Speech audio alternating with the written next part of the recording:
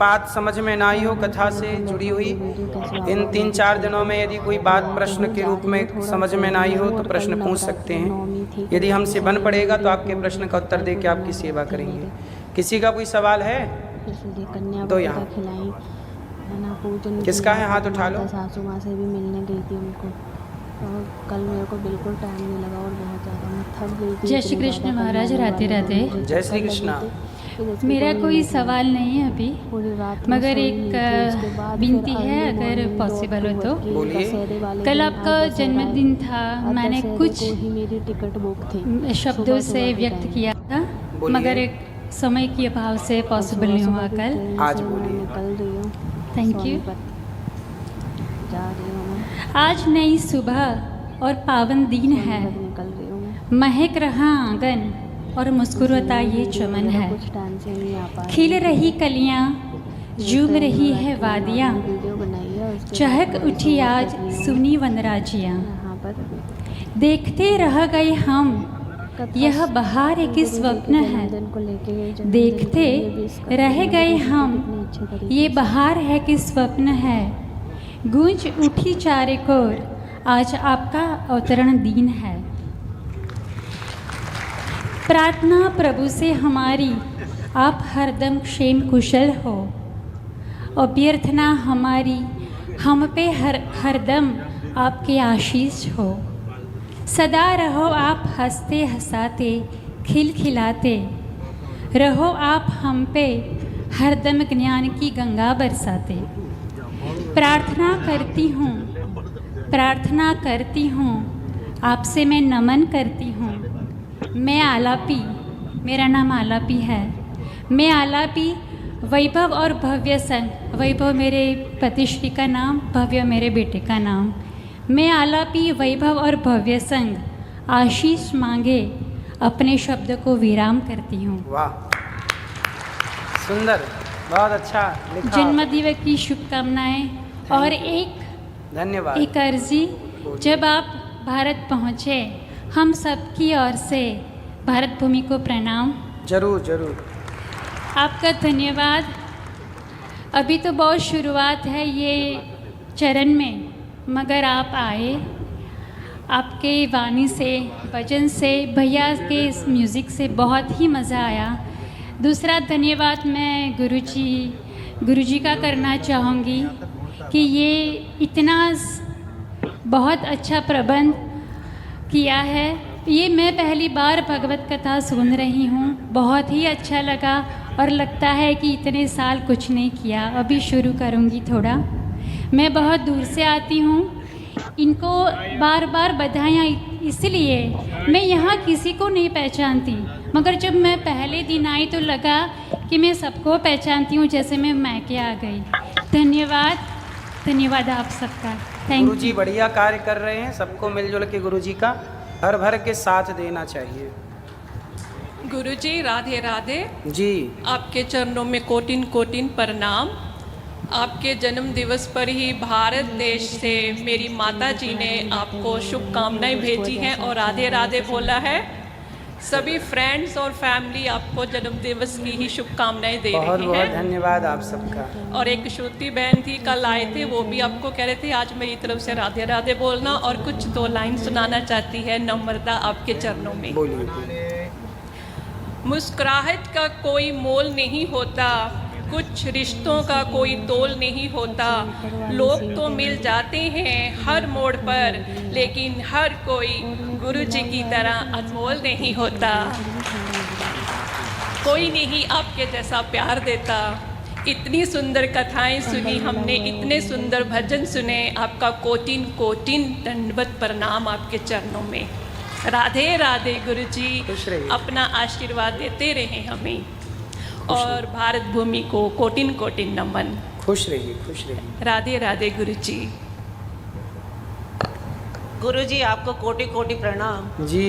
गुरुजी मैं दिल्ली से ही हूँ और जिस दिन मुझे पता चला कि आपकी यहाँ कथा है तो मैंने जैसे ही अपने बेटे बहू से बोला तो वो एकदम से बड़े उत्साहित होकर के बोले कि अगर आपकी जाने की इच्छा है हम लेके ज़रूर जाएंगे। और मेरी बहू मेरे को लेकर के आई है यहाँ पर आपके दर्शन करवाने के लिए।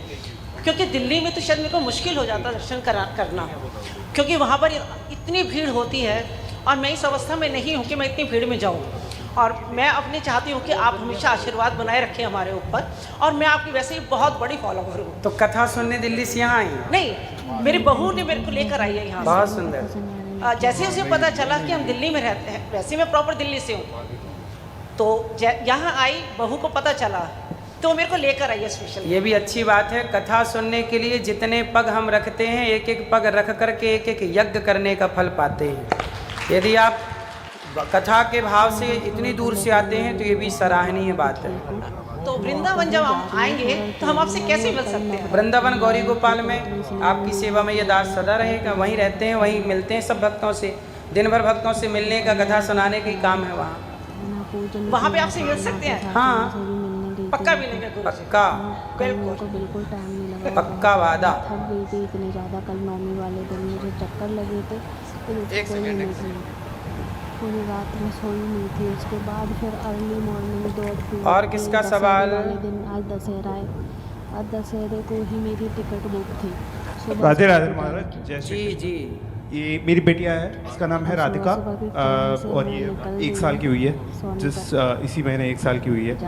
तो मेरी माता कहती है कि क्योंकि ये 1 साल की हो गई है, इसका मुंडन अभी कराना चाहिए, पर हम चाहते हैं कि जब हम इंडिया जाएं अगले साल तब ये 2 साल की हो जाएगी, तो उस वक्त हम इसका मुंडन कराएं। तो आपका क्या कहना है कि हाँ, तो 2 करा साल सकते हैं, 2 साल बाद करा लीजिए। भारत में किसी तीर्थ स्थान पे करा लीजिए। जी, धन्यवाद। कथा गुरु जी के जन्मदिन को लेके जन्मदिन के लिए विश कर रही हैं गुरु जी को कितने अच्छे तरीके से। राधे राधे गुरु जी। जी।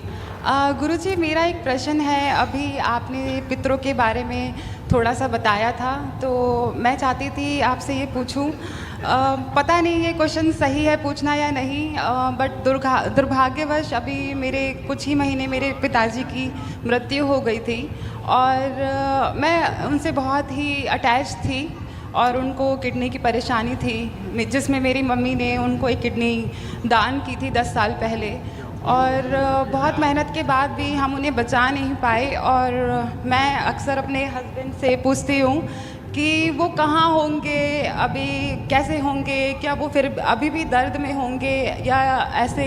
तो मैं जानना चाहती हूँ कि मतलब होता क्या है, वो कहाँ गए होंगे, क्या वो सच में हमें देख पाते हैं, या मैं आगे शायद नहीं बोल पाऊँगी ज़्यादा।